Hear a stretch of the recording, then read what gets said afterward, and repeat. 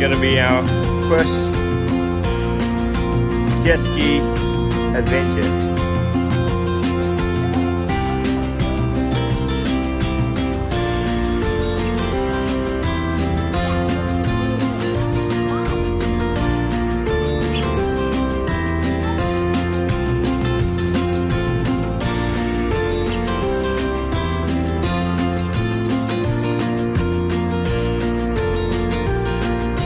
The FX Cruiser Show 2021. Brand new. Hello, Daddy.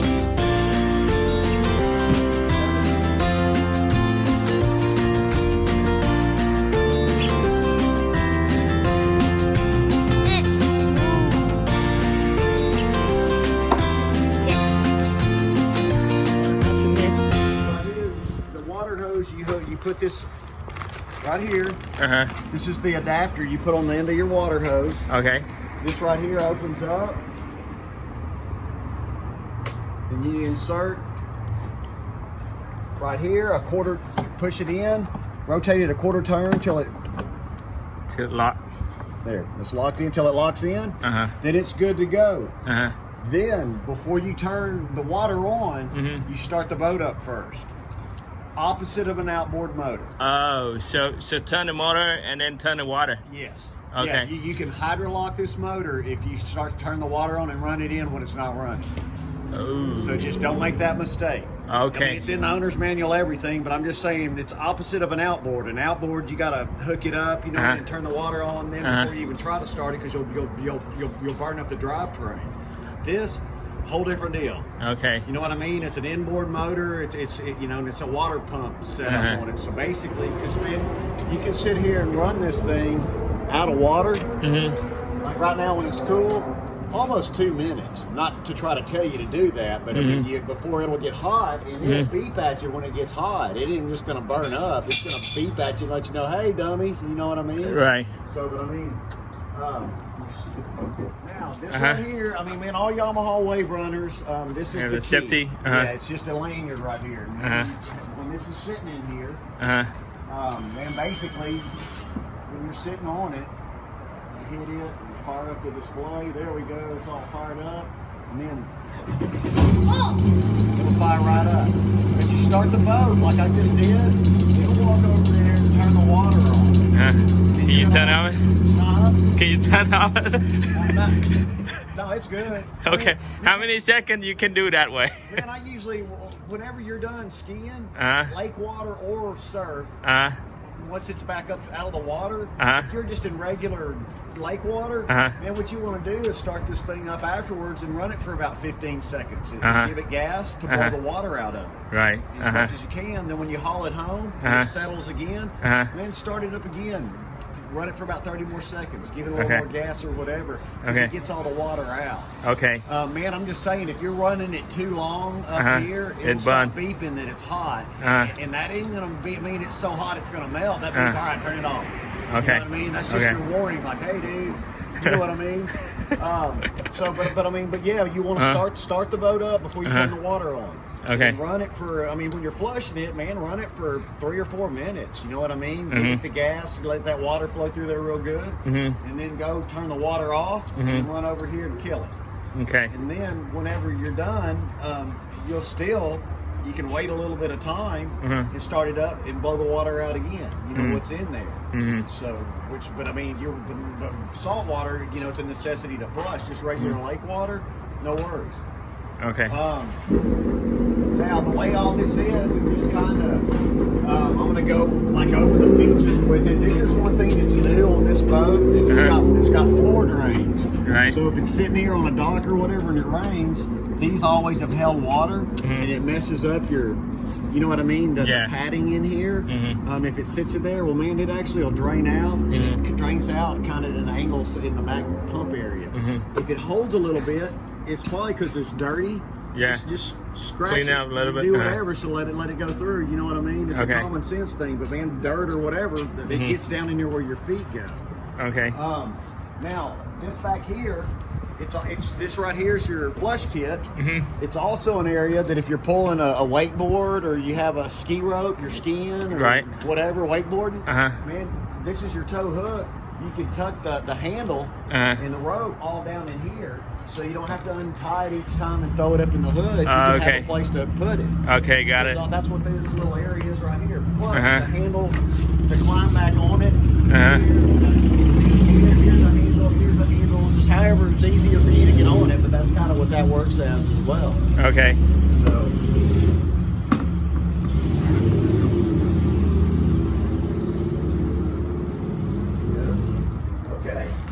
Now, you can quick show me how the button work, like generic. Yeah, man, like right here, first you got drains right here. Remember I was talking about when you're in surf to spray WD-40 on the whole motor compartment? And then I said if you ever have time, you can rinse it off. If you do rinse it off, because when you're in the water and you're running it, if water gets in the hole, it's got a bilge pump that's pumping it out when you're running it. Right. When you're not running it, and you're rinsing off your motor, there ain't anything pumping anything out. Yeah. You come right back here, and you got 2 drain plugs. And you can undo both of those and let anything drain out if you're trying to clean your hole out. And you have to remember to lock it up, right? Always put it back in, yes. Okay. I have a question. What? Was like a lot of dirt in here, and then it does it every time? And what if there's like a lot of dirt and water inside here? Well, there won't be dirt inside here. It might get wet every once in a while. Now this out here, water gets in a lot easier because this is where your feet go when you're out with the lane hard. But you got a little drain right there. Yeah, but what I mean is that If it plugs up, yeah. then you're gonna get something and then scrape the dirt out of it and pour the drain. What if the dirt is inside? Well, it'll fall down in the drain and it'll come out the back. Yeah, but what I mean is that there are too many dirt, then it would shoot out here for a lot of dirt. So, well, kinda. Don't worry. Something like that. Now, this little thing right here, this is the patented, what Yamaha calls the visibility spout. So when you're running it, the water shoots out of there. It's kind of like a flag. Is that for display or for safety? For safety, so people can see the thing out there. Okay. If you're, and if you put a cooler back here and it's hitting the bottom of it, it's fine. It's fine. It ain't gonna hurt anything. Okay.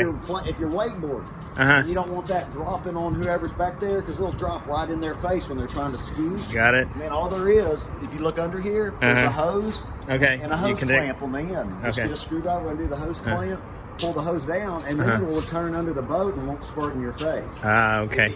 It won't hurt it. But if you want it on for safety so you can see someone out there on it, then put it back up and tighten it on there, and it's just letting the water run out naturally. Got it. So that's what that is. Is there any storage in this thing? Of course.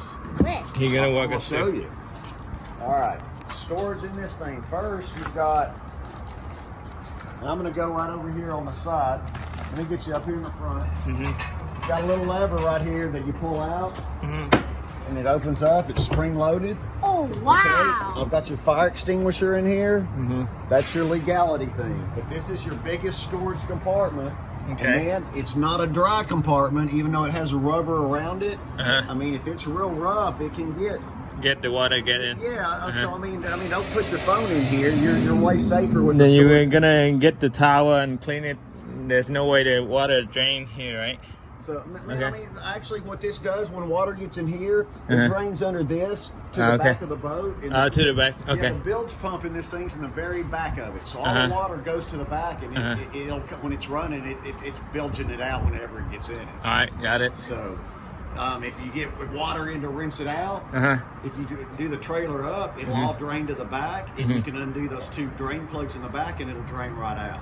Okay, perfect. So you can actually clean this out, and as long as you have the boat at a Tilt it a little bit, okay. Right, and then you can sit there and undo those drain plugs. All right. And let it drain there. Cool. So is there not any spot for a fishing rod? See. Fishing, well, you make a rack for the rear to put fishing rods. They got cooler racks back there. Let me Mr. Travis explain about the jet ski first. This right here, you've got 5 different positions of tilt steering. You pull this and it's mechanical, so you put it wherever you want it and lock it in. If you're like jumping surf waves, you want it up and you're standing up, launching it.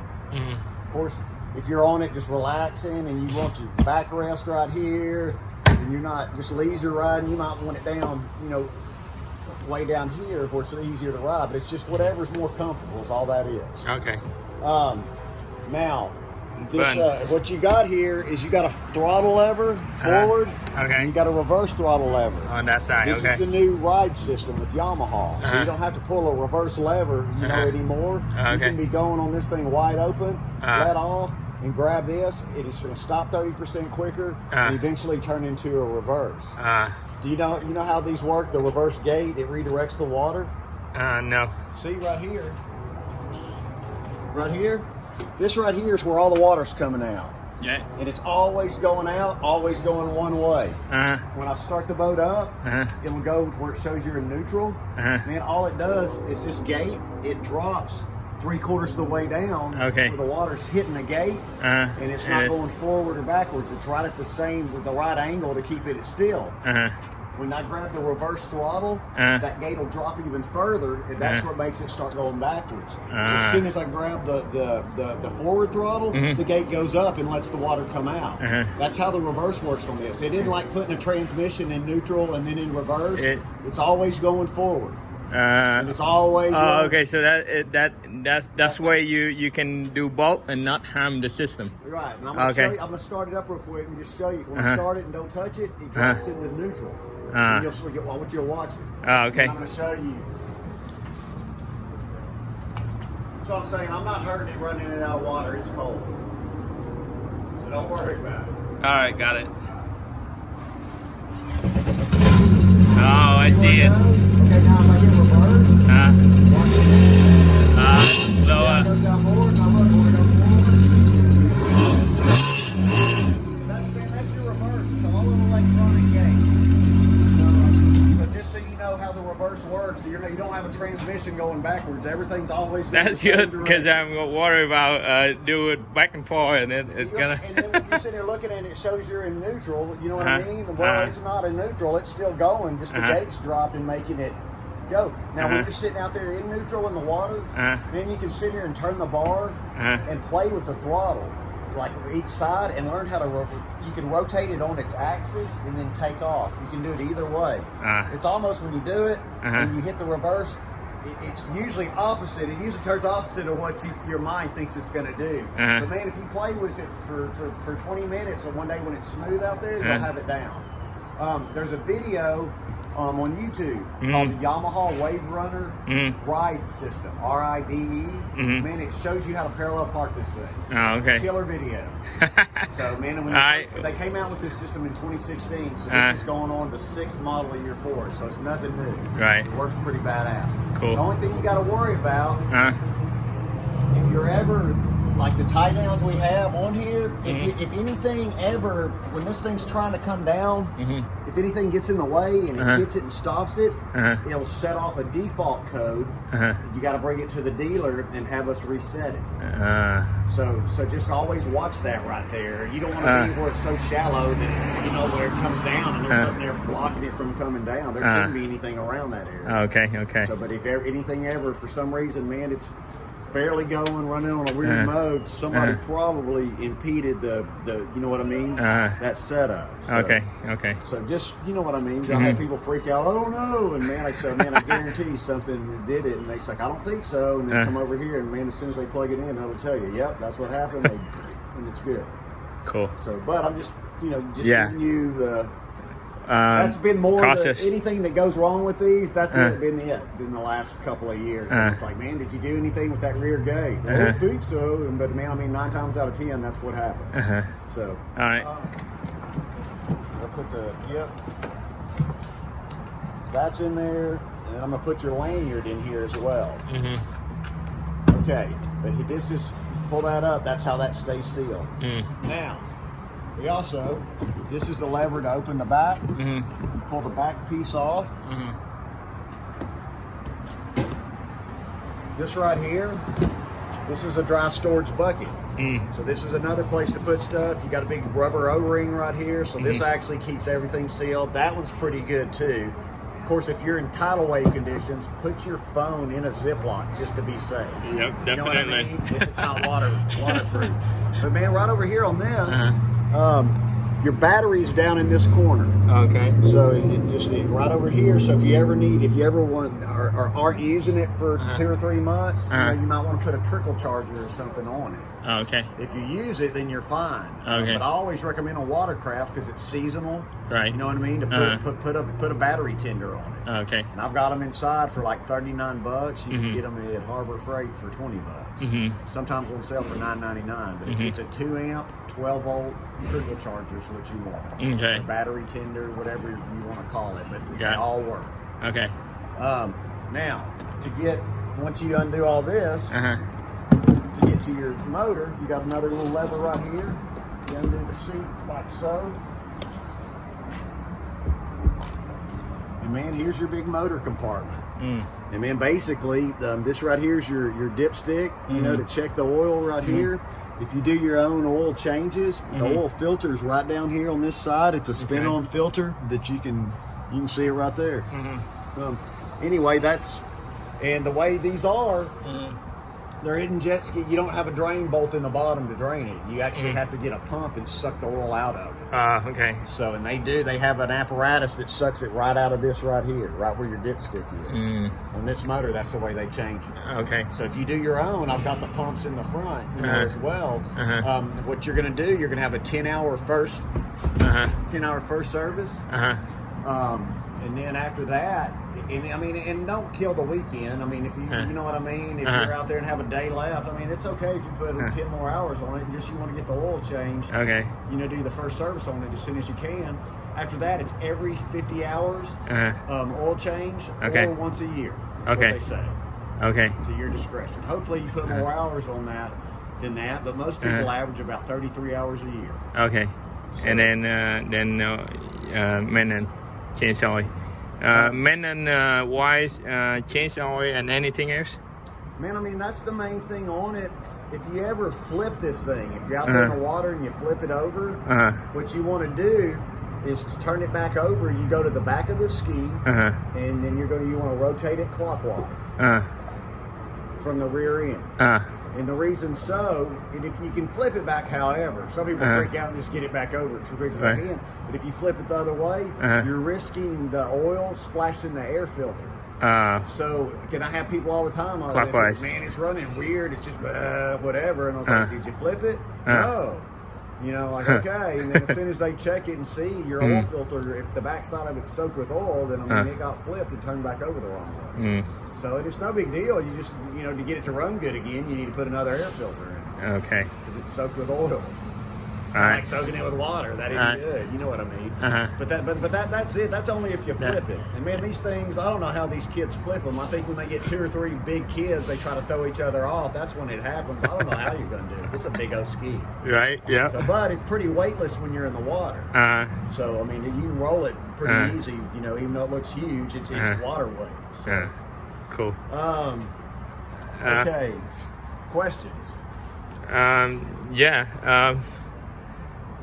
Probably the button up here. Like the controls? Yeah. Man, I mean, everything, if you have any questions about it, it's in your owner's manual. Okay. But man, when you get up here and you're started up on this thing, you've got a menu scroll and some buttons right here. Oh, and if your fuel gets real low, you got a fuel alarm that's going to go beep and let you know, hey, dude, you got a quarter tank left. You need to go get gas. That's perfect. Well, it's a loud alarm. Oh yeah. Really irritating. There's an alarm mute button right here. So you can hit it so you're not going, oh my God, you know what I mean? But don't forget you got to get gas. Yep. That's what it's telling you. But man, when you look up here, everything, it's all a digital display. So what you're going to have is they had an on-off like a car alarm remote in 2019 when they redid these. And then they got this thing where you can scroll your menu and then you got a touch screen. You're going to end up programming in. The dummy code is 1, 2, 3, 4. But once you get in there, you can set your own 4 or 6 digit PIN.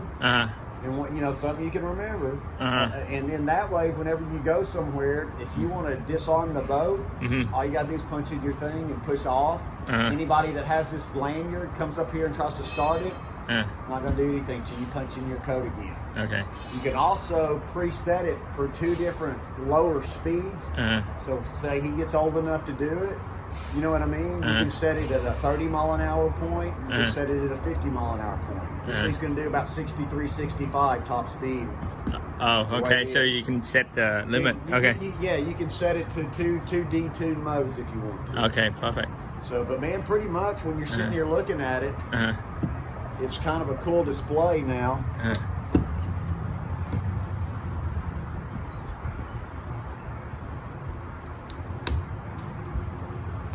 Okay, see how it comes on right here? Yeah, I see it. Man, it comes on like right here. This is your trim level. And man, when it's running, you got a trim button, so you can raise it, and make the nose plow, or you can raise high. So you come in and man, you're going back against the waves coming at you. You can trim that nose up so it's braking them.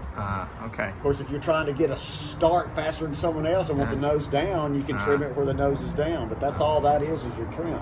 Cool. Set up right here. On the other side, that was your fuel gauge. Right here, your fuel gauge, and we got you half a tank in it. Okay. So it tells you your percentage on it.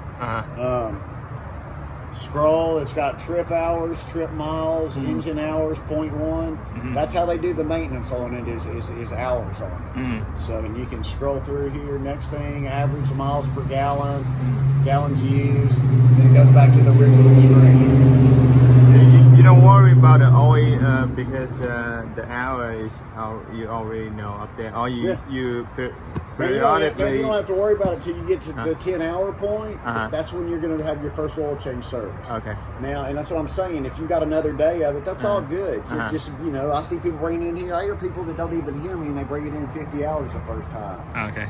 It's just brand new motors have little particles in it. You want to get it out. You know what I mean? Yep. All. So, but it's supposed to be every 50-hour oil changes. You got a quick first service just to get the break-in oil out of it. The break-in, how speed you should use?